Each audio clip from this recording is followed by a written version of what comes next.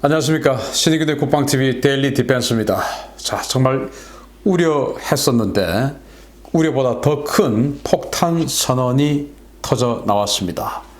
미 육군의 폭탄 선언입니다. 육군 장관이 폭탄 선언을 했는데요. 주한미군, 지상군, 육군이 철수할 수 있습니다. 철수할 가능성이 아주 높아졌습니다. 미군이 새로운 계획을 발표했습니다. 보시겠습니다. 미국 고위층에서 연이어 터져 나오는 주한미군 감축설이었죠. 지금 계속 주한미군 감축할 수 있다 이런 우려들이 나오고 있었는데 7월 18일 날 갑자기 보도들이 탁 나오기 시작했는데 월스트리트 저널이 보도를 했죠.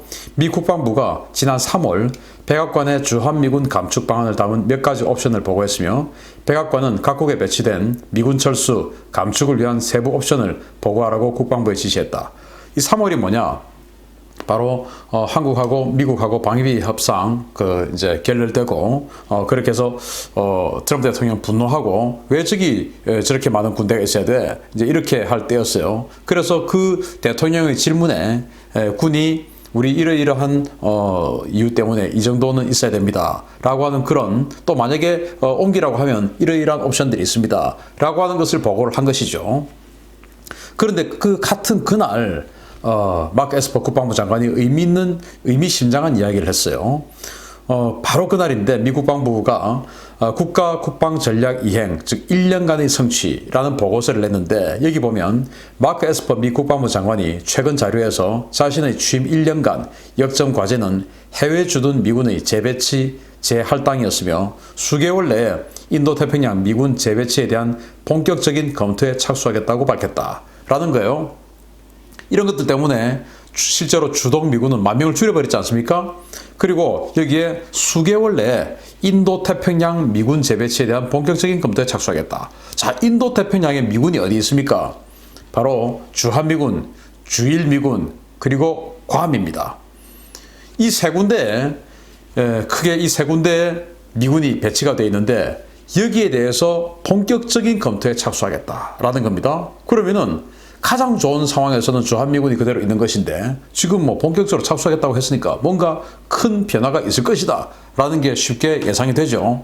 자, 그런데 미 의회에서 국방수권법을 마련해서 지금 이제 이 2021 회계연도 국방수권법이 10월부터 발동이 됐어요. 그래서 주한미군 감축을 하려면은 미 의회의 승인을 받아야 예산 집행이 된다. 라는 국방수권법이 지금 발동이 되었습니다. 그래서 미 의회는 이 주한미군 감축을 하는 것을 반대한다. 라고 우리는 알고 있었고, 그로 인해서 우리는 안전할 거야. 라고 알고 있었는데, 미 의회의 상원 의원이 지금 니들 지금 재검토하는 거 잘하고 있어. 라는 이야기를 하는 겁니다. 10월 2일 날 제임스 이노프 미 상원 군사위원장이 이런 이야기를 합니다. 인도태평양 지역과 같은 우선순위 전구에서 미군 태세를 평가하고 전방 주둔 미군이 미국의 장기적인 국가안보 이익을 어떻게 지원할지 재검토하겠다는 국방부의 계획은 현명하다고 본다. 그러니까 이 인도태평양 지역, 즉 동북아시아 지역에 미군이 있는데 이걸 재배치하는 거, 그거 재검토하는 거 지금 현명한 처사야. 이렇게 이야기를 했어요. 우리는 미 의회는 반대를 하고 있고 트럼프 대통령만 돈 좋아해가지고 철수하는 것처럼 이렇게 지금 우리 정부와 이 언론들은 막 그렇게 몰고 가고 있죠. 그러나 그게 아니다 이겁니다. 미 정치인들도 이제 잘하고 있네 라고 한 거예요. 왜 미 정치인이 잘하고 있네 라고 판단하느냐. 이런 이유들 때문이죠. 3년간 연합훈련 횟수 제로입니다. 도대체 왜 주둔하냐 거기 라는 거예요.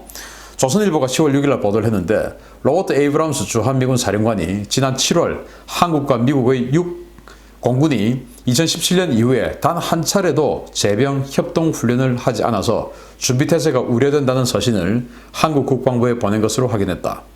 육해 공군이 국민의힘 한기호 의원에게 제출한 자료에 따르면 육군은 2017년 4월 승진훈련장에서 한미 통합 화력 경멸 훈련을 실시한 이후에 단 한 번도 미군과 재병협동훈련을 하지 않았고 공군은 2017년 7월에서 8월 미 해병대 F-35B 전투기와 연합 실사격 훈련을 했지만 이후에 연합훈련은 전무하다.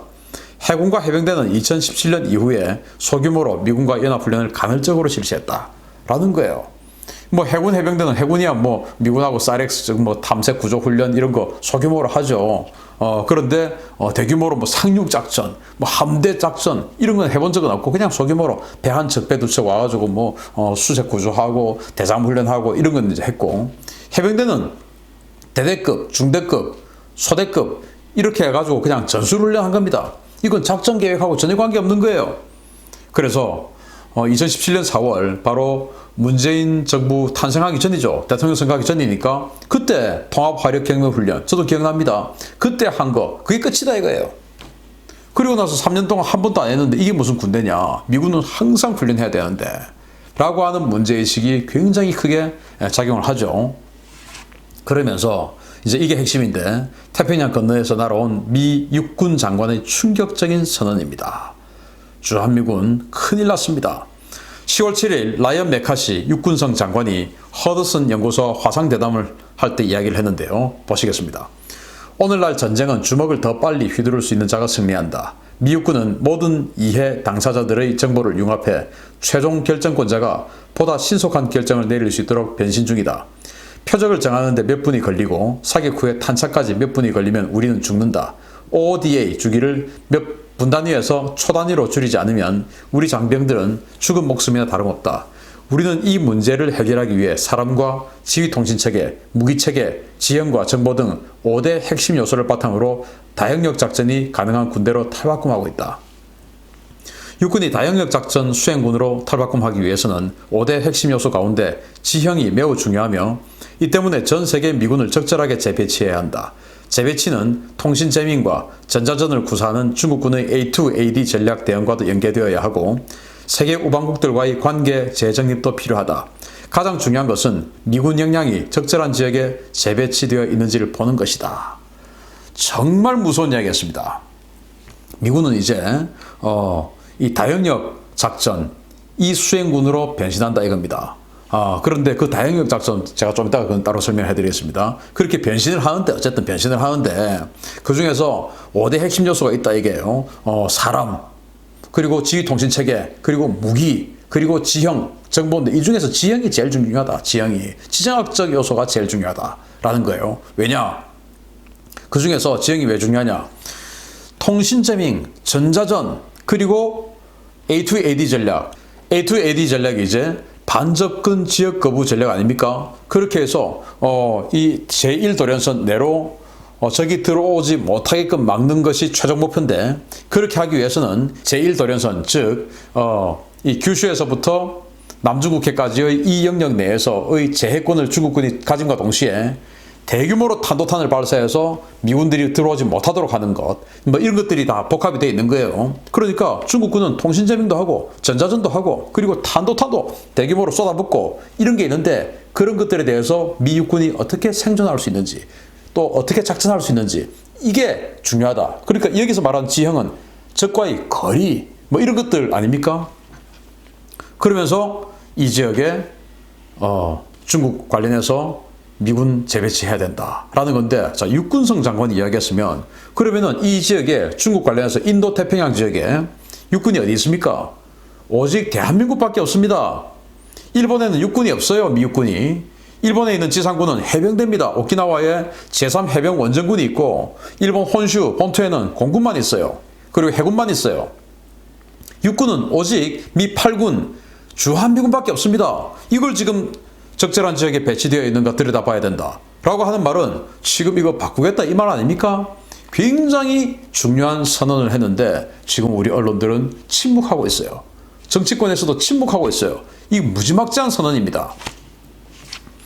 자 그러면 최근 미군의 최대 화두 다영역 작전이 뭐길래 다영역 작전은요 중국의 A2AD를 깨기 위해 고안된 합동작전적 접근 개념 즉 조학의 기본 개념을 근간으로 지상, 해상, 공중, 우주, 사이버 영역을 고도의 네트워크로 통합하고 각 자산의 인지, 도달 범위를 극대화해서 필요시에 순간 집중을 가능케 하는 작전 개념입니다. 지금은 그동안은 이제 조학 작전 개념 이렇게 해서 대중국 작전 개념이 있었어요. 미 합참에서 만들어 놨습니다. 이 미 합참의 조학 개념의 가장 마지막 엔드 스테이트는 뭐냐? 베이징으로 들어가서 저기 정권 교체하는 겁니다. 그러니까 베이징으로 들어가면 누가 들어가면 지상군이 들어가는 거예요. 육군이 베이징에 들어가서 점령해버리는 겁니다. 이게 가장 마지막 단계였는데 이거 이제 조합 개념에서 이거 폐기하고 이제는 중국으로 들어가서 베이징에 들어가서 직접 뭔가 전략 행위를 하지 않고 중국을 에워싸서 중국이 스스로 두들겨 맞고 지쳐서 손을 들고 나오게끔 하는 그냥 에워싸서 때리는 쪽으로 개념을 바꾸었어요. 그렇기 때문에 이제는 지상군을 중국으로 밀어넣을 이유가 없는 거예요. 그러면 이렇게 개념이 바뀌었으니까 여기에 대해서 미 육군은 어떻게 기여해야 되냐? 자, 육군이 생존을 하려면은 바뀐 작전 개념에 이 육군은 어떻게 서비스해야 되냐? 그러면은 이 바뀐 작전 개념이 베이징으로 들어가지 않고 오직 때리는 것만 하는데 그러면 육군도 펀치가 길어야 되겠다. 이제 이런 생각을 또 당연히 하게 되겠죠. 그리고 이제 들어가는 부대는 당연히 중요도가 떨어지게 되겠죠. 지금은 지정학적 위치, 왜 조합 개념의 가장 마지막 단계 베이징으로 들어가야 되니까 한국이라는 지정학적 위치가 너무나 중요하죠. 그런데 이제는 이 들어가는 걸 포기를 했어요. 그리고 에워싸서 그냥 때리는 것만 합니다. 그러면 한국이 반드시 필요하냐? 이거 이제 재배치, 재구상 다시 들여다봐야 된다 이 말이고, 이 다영역 작전은 그렇게 해서 이제는 과거에는 육군은 육군대로, 해군은 해군대로, 공군은 공군대로 이런 식으로 작전했는데 이제는 그거 아니고 육군이 육군과 육군 뭐 몇 개 부대, 그리고 공군 몇 개 부대, 해군 몇 개 부대, 해병대 몇 개 부대, 그리고 사이버, 우주 이렇게 엮어가지고 하나의 어떤 다영역 부대를 만들어서 이게 이 다영역 부대가 이 작전을 하고 이 다영역 부대는 이 작전을 하고 이제 이렇게 바꾸는 거예요. 이제는 완전히 합동군으로 가는 겁니다. 그래서 지금 같은 경우는 그냥 미 육군의 정보 자산이 쫙 들어가가지고 저거의 어떤 그 타겟을 딱 확인해가지고 여기다가 때려라. 미 육군 정보 자산입니다. 그렇게 하면 이제 포병이 때리고 이제 이렇게 되는 거 아니겠습니까? 그런데 다영역 작전을 하면은 F-35, 이 F-35 얼마나 센서가 좋습니까? 지상 매핑 다 되죠. 그러니까 F-35 딱 들어가서 여기에서 딱 탐지를 해서 F-35가 실시간 네트워크를 통해서 포병 부대 좌표를 주는 겁니다. 네트워크니까 뭐 따로 뭐 포병부대 들으라 봐라 뭐 이것도 다 필요 없죠. 그냥 포병부대가 이 F-35가 탐지하는 그 정보를 그대로 보는 거예요. 그럼 내가 타격해야 되겠다. 내가 제일 가깝네. 입력해서 타격. F-35 정보 바로 타격. 그리고 F-35 들어가서 해군이 쏘는 이 크루즈 미사일, 순항 미사일 F-35 유도해서 또 이쪽으로 꺾어서 보내주고 이런 것들 다 하는 거예요. 이제는 다 섞어서. 그러니까 이제는 가서 뭔가 지상군이 직접 베이징에 들어가는 개념 포기됐으니까 이제는 아까 말씀드린 것처럼 펀치력을 길게 해야죠. 이게 이제 육군의 생존입니다. 그래서 엄청나게 길어지고 있는 미 육군의 팔이죠. 이 LRHW, Long Range Hypersonic Weapon이죠. 그러니까 장거리 극초음속 무기다, 탄도미사일이다 라는 건데 사거리 2000km짜리 극초음속 탄도미사일을 육군이 지금 만들고 있어요. 그리고 프리즘, 이거 지금 뭐 다 만들었죠. 하이마스에다가 싣고 가는 거. 그게 원래는 499km짜리였는데 930km짜리를 만들었어요. 이제 이렇게 해서 실전 배치하고 있습니다. 이 LRHW는 C-17 수송기에다 탑재해서 어디든지 그냥 가가지고 내려가지고 쏘고 이탈해버립니다. 지금 배치해 있는 베이스가 필요가 없어요. 그냥 C-17 수송기만 내릴 수 있는 공간만 있으면 되는 겁니다. 그리고 이 프리즘 같은 경우는 더 작아요. C-130 수송기에다 싣습니다. C-130 수송기에 싣고 가서 아무데나 그냥 내리고 쏘고 이탈하는 겁니다. 이렇게 하겠다는 거예요. 그리고 여기 전략 캐논포 SLRC 이것도 사거리가 1600km예요. 마찬가지로 이것도 C-17 수송기에다 싣고 가서 그냥 베이징 1600km니까 베이징 때려버리는 겁니다. 뭐 기존에 배치해 놓는 어떤 그 지상군 부대 필요가 없는 겁니다. 그냥 비행기에 싣고 가서 하는 거니까. 그리고 이제 지상군 부대는 M1299 신형 자주포, 그리고 팔라딘 지금 M109A6를 A7으로 개조했고 거기다가 사거리 연장탄에서 자주포의 그 펀치력을 130km까지 사거리를 연장하는 겁니다. 이렇게 해서 완전히 이 펀치력을 길게 만드는 게 미 육군의 핵심이고, 그러기 위해서는 자꾸 이동을 한다 이거예요. 지금처럼 하나의 베이스에 딱 붙박이로 있어서 그냥 전선을 형성해서 밀고 들어가고 이게 아니고, 그냥 이제 육군은 여기 비행기 타고, 육군 수송기를 타는 게 아니고 다영역 작전이니까 공군 수송기를 타고 들어가고 해군 수송기 타고 해병대 수송기 타고 들어가서 때리고 나오고 이렇게 하겠다는 겁니다. 이제는. 자, 그러면은 미 육군의 다영역 작전군 개편에 따른 주한미군 개편 요구는 뭐냐? 육군은 지금 현재 주한미군의 제8군 군단급 부대인데 8군이 있죠. 8군 아래 2사단이 있습니다. 제2보병사단. 그 아래에 원래는 3개 전투예단이 있었는데 지금은 1개밖에 없죠. 그나마 그 1개도 2사단계 아니고 순환 배치되고 있습니다. 그래서 순환 배치 전투예단이 하나 있고, 그리고 이 순환 배치 전투예단이 있으니까 이 순환 전투예단을 하나를 백업하기 위해서 이 전투 항공예단 2캡이 있어요. 그래서 여기에 이제 공격 헬기도 있고 수송 기동 헬기도 있고 그렇지 않습니까? 블랙호크 그리고 아파치 이런 것들이 있습니다. 그리고 지원 여단이 있어요. 그리고 210 야전 포병 여단이 있습니다. 여기에 이제 에메랄레스하고 이런 게 있습니다. 그리고 이 8군을 지원하기 위해서 지원 부대들이 19 원정 지원 사령부, 그래서 지금 경북 7곡 그 외관에 가면 어마어마하게 큰 군수 지원 부대 있지 않습니까? 그게 바로 이 8군 지원하는 거예요. 그런데 이 순환 배치 여단 이게 없어지면 지금 여기 이제 육군이 이제는 뭐 이런 식으로 작전 안 한다, 다영역 작전이야 라고 개념을 바꿨으니까 대한민국에 하나의 이 기갑부대를 배치해 놓을 이유가 없는 것이죠. 왜? 베이징에 갈 이유가 없는데. 그런데 그러면 이 기갑부대가 빠지고 나면은 이 기갑부대를 백업하는 이 나머지 많은 부대들이 사라지는 거예요. 기갑부대 없으니까 그 기갑부대를 백업하는 공격 헬기 부대 사라지는 것이죠. 그리고 19 원정 지원 사령부 사라지는 것이죠.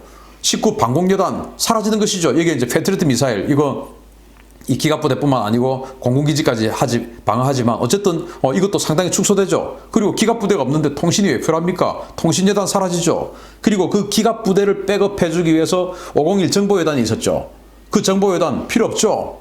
그리고 그 기갑부대를 백업하기 위한 의무여단이 있었습니다. 의무부대 그것도 필요 없죠. 이런 식으로 그냥 주한미군이 어마어마하게 사라지는 겁니다. 그러면 이제 진해에는 해군 부대라고는 그냥 뭐 중대급 부대 하나 있는데 그거는 해군 그 전쟁 전시에 미 해군이 들어왔을 때 그걸 이제 한국 해군하고 얼마나 잘 이렇게 이어주느냐 하는 그냥 그 부대인데 몇 명 없어요. 거기는 중령이 부대장인데 그냥 그거는 뭐 그대로 있겠죠. 그리고 이제 공군이 지금 이제 7공군이 있는데 오산기지, 군산기지에 나눠 배치가 되어 있는데 이거 그대로 갈까요? 정말 뭐 그 F-35A 전투기를 가장 먼저 배치하는 것은 이 동북아가 될 것이다 라고 생각을 했는데 요즘은 영국이 가장 먼저 배치될 것이다 이런 주장들이 나오고 있어요. 여하튼 이렇게 그래서 이 미 육군이 이런 식으로 대폭 감축이 되면서 이제는 주한미군은 그냥 공군 위주의 이런 군대가 되는 것은 아닌가라는 우려가 생겨요. 그런데 이렇게 생각할 수 있죠. 아니 뭐 우리 주한미군이 중국 때문에 있는 군대야? 북한 때문에 있는 군대인데 라고 이야기를 하실 수 있죠. 맞아요. 우리 입장에서는 북한 때문에 있는 군대고 미국 입장에서는 북한은 핑계고 중국 때문에 있는 군대죠. 그거는 뭐 엄연한 현실 아닙니까? 자, 그래서 옵션이 생긴 미국입니다. 이제 펀치력이 길어지니까. 그러면은 이 한국은 있어도 그만 없어도 그만입니다. 서로 일장일단이 있어요. 일본으로 만약에 바꾸었을 때 또는 이런 것들을 해상에서 방금 말씀드린 그런 펀치들을 해상에서 운용했을 때는 어떠냐. 보시다시피 상륙함의 후방 갑판에서 이렇게 프리즘 미사일 쏘는 훈련 다 했습니다. 지금 상륙함에서도 다 이런 거 이제 쏘는 거예요. 갑판 넓으니까. 이런 훈련들을 다 해나간 이 입장에서 한국에 그대로 주한미 육군을 놔뒀을 때 이익과 이거 그냥 빼버리고 일본이나 상륙함으로 가지고 다영역 전투를 수행하는 이 개념을 가졌을 때 중국과의 문제는 어떻게 될 것이냐. 손이 껴서서 있지요. 한국에 그대로 배치를 하면 베이징 타격 소요 시간 아주 단축됩니다. 그런데 이제 한 3, 40초 정도 단축이 돼요. 그리고 방위비 등 한국의 요구를 수용해야 됩니다. 왜냐? 자기네들 있고 싶어서 있으니까. 이들 지금 우리 대한민국에 있는 거 북한 때문에 있는 것만 아니고 중국 때문에도 있으니까 니들이 요구하는 거 우리 다 줄 수 없어. 그러니까 이만큼 까자, 빼자 라고 하는 요구를 안 들어줄 수가 없죠. 자기네들이 필요해서 있으니까. 그런데 또 이런 그 중요한 타격 자산을 배치를 해놓으면 그를 보호하는 보호 자산을 또 별도 배치해야 되죠. 그리고 유지를 필요해요. 그런데 북한과 중국의 탄도미사일로부터 가까우니까 그 탄도미사일에 대한 생존 능력이 감소해요. 그런데 만약에 이 타격 자산을 일본 또는 그냥 해상으로 빼버리면 어떻게 되냐. 베이징 타격 소요 시간이 한 3, 40초 많으면 한 1분 정도 증가합니다. 그러면 중국이 최대 1분 정도 대응할 수 있는 시간이 늘어나요. 그런데 추가 보호 자산 운영이 불필요하죠. 왜? 일본까지는 베이징이나 북한에서 보내는 미사일이 타격 자산이 상당히 적습니다. 한국에 있는 것보다는 사거리 일본은 한 1000km 더 늘어나니까. 그러니까 이제 추가 보호 자산 운영이 불필요하죠. 그리고는 북한과 중국의 미사일에 대한 생존성이 아주 많이 증대됩니다. 이런 일장일단이 있어요. 한 1분 정도 타격 시간 길어지는 거. 그 대신 이익은 이만큼 있고, 한국은 1분 정도 타격 시간 짧은 대신 또 부담해야 할 공간들이 분명히 있다 이겁니다. 그래서 일장일단이 있다. 없어도 그만, 있어도 그만. 있어도 좋고 없어도 좋고. 이제 이 상태가 돼버린 겁니다. 그전에는 조학의 개념에 베이징으로 들어가야 되니까 한국은 반드시 있어야 되는 부대였죠. 근데 이제는 그 베이징으로 들어간 걸 포기한 지금은 한국은 있어도 그만 없어도 그만이다 이겁니다. 그래서 한국 이제 운명의 10월입니다. 빌링슬리 특사 방한 그리고 한미 SCM의 화두는 뭐냐? 바로 이거 아니겠냐? 마샬 빌링슬리 미 국무부 군비 통제 담당 대통령 특사가 토마스 A. 부시의 전략군 부사령관을 대동하고 한국을 방문해서 중국의 핵 전력에 대한 정보를 한국과 공유하고 협력 방안을 논의했다. 라고 10월 1일 날 미 국무부 브리핑 자료를 통해서 공개가 됐어요. 이 대통령 특사가 빌링슬리 특사가 한국에 와가지고 특히 전략군 부사령관 핵무기를 담당하는 전략군 부사령관을 데리고 와서 중국의 여러 가지 전략 무기들의 세팅 상황, 그래서 이 무기는 한국의 여기를 노리고 이 무기는 미군의 여기를 노리고 이거 다 가르쳐주면서 그래서 한미가 협력해야 된다라는 이야기를 하고 갔다라는 거 아닙니까? 10월 8일 날 서 국방부 장관 국회 국정감사 중에 이런 이야기를 합니다. 다음 주 14일이죠. 14일 미국에서 SCM 즉 국방부 장관 간의 전략회담이 열리는데 한반도 전략 안보 환경 평가와 주한미군 현안, 전자권 통제 전환 추진 등의 사안이 의제다. 이렇게 아주 아무것도 아닌 것처럼 드라이하게 이야기를 하는데 한반도 전략 안보 환경 평가 이건 당연히 하는 건데 주한미군 현안 이게 마치 방위비 분담금 이야기만 하는 것처럼 되어 있지만 사실은 미 육군을 어떻게 할 것이냐 라는 것이 핵심 의제다 이겁니다. 제가 봤을 때.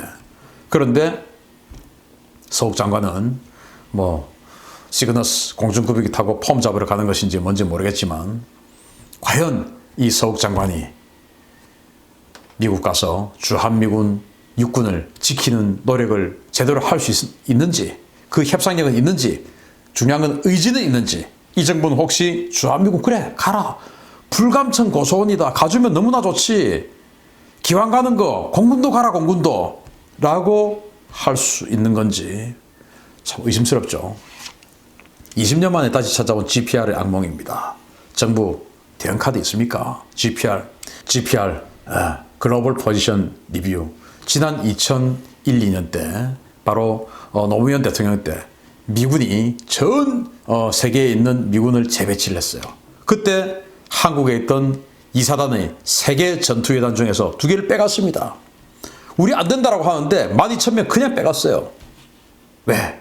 지금 안보 환경이 바뀌었지 않느냐. 냉전 끝났고 이렇게 해서 전략적 유연성 우리는 필요하다. 미군의 목표는 전략적 유연성이다. 라고 하고는 빼가버렸어요. 자, 내가 왜 거기 있어야 돼? 라고 이야기를 합니다. 미국이. 왜? 아니 여기 있어 보니까 매일 부대 앞에서 물러가라고 시위하고 있죠. 대사관 앞에서 물러가라고 시위하고 있죠. 훈련 한번 한다 해도 들어누워서 훈련 못하게 하죠. 내가 왜 거기 있어야 돼? 이랬는데 자, 근데 그동안은 왜 그러면 여기 있었느냐? 지금 미군의 이 작전 개념이 이렇게 바뀌었는데 왜 있냐? 오직 한미동맹, 즉 북한을 상대로 해서 한국을 지켜주기 위해서 있는 부대였다 이거예요. 그런데 이제 북한을 상대로 왜 한국을 지켜줘야 돼? 한국이 우리 이렇게 싫어하는데. 그래서 미 육군의 작전 개념이 이렇게 바뀐다 하더라도 한미 관계가 좋으면 아니 우리 한미동맹이 최고의 목표는 북한 아니냐. 그래서 북한에 대해서는 지상군이 있어야 된다. 중국에 대해서는 지상군이 주둔할 필요가 없다는 거 우리 공감한다. 그렇지만 북한에 대해서는 있어야 되는 거 아니냐. 그래서 지금 당신들이 말하는 다행력 전투하고 이 한미동맹에 의한 주한미군의 주둔하고는 개념이 다르다. 있어야 된다. 라고 관계가 좋으면 이야기하고 설득할 수 있죠. 그런데 지금 이 20년 전에 GPR 해서 2개 예단이 갈 때처럼 지금은 완전히 이온 도장만 찍지 않은 이온한 상태가 아니냐라고 동맹을 평가하는 분들이 너무나 많습니다. 20년 전에도 그랬어요. 똑같은 평가가 지금 나오고 있습니다. 주한미군 육군 다 철수하면은 그걸 우리가 다 메워야 되는데 그 비용은 어떻게 합니까?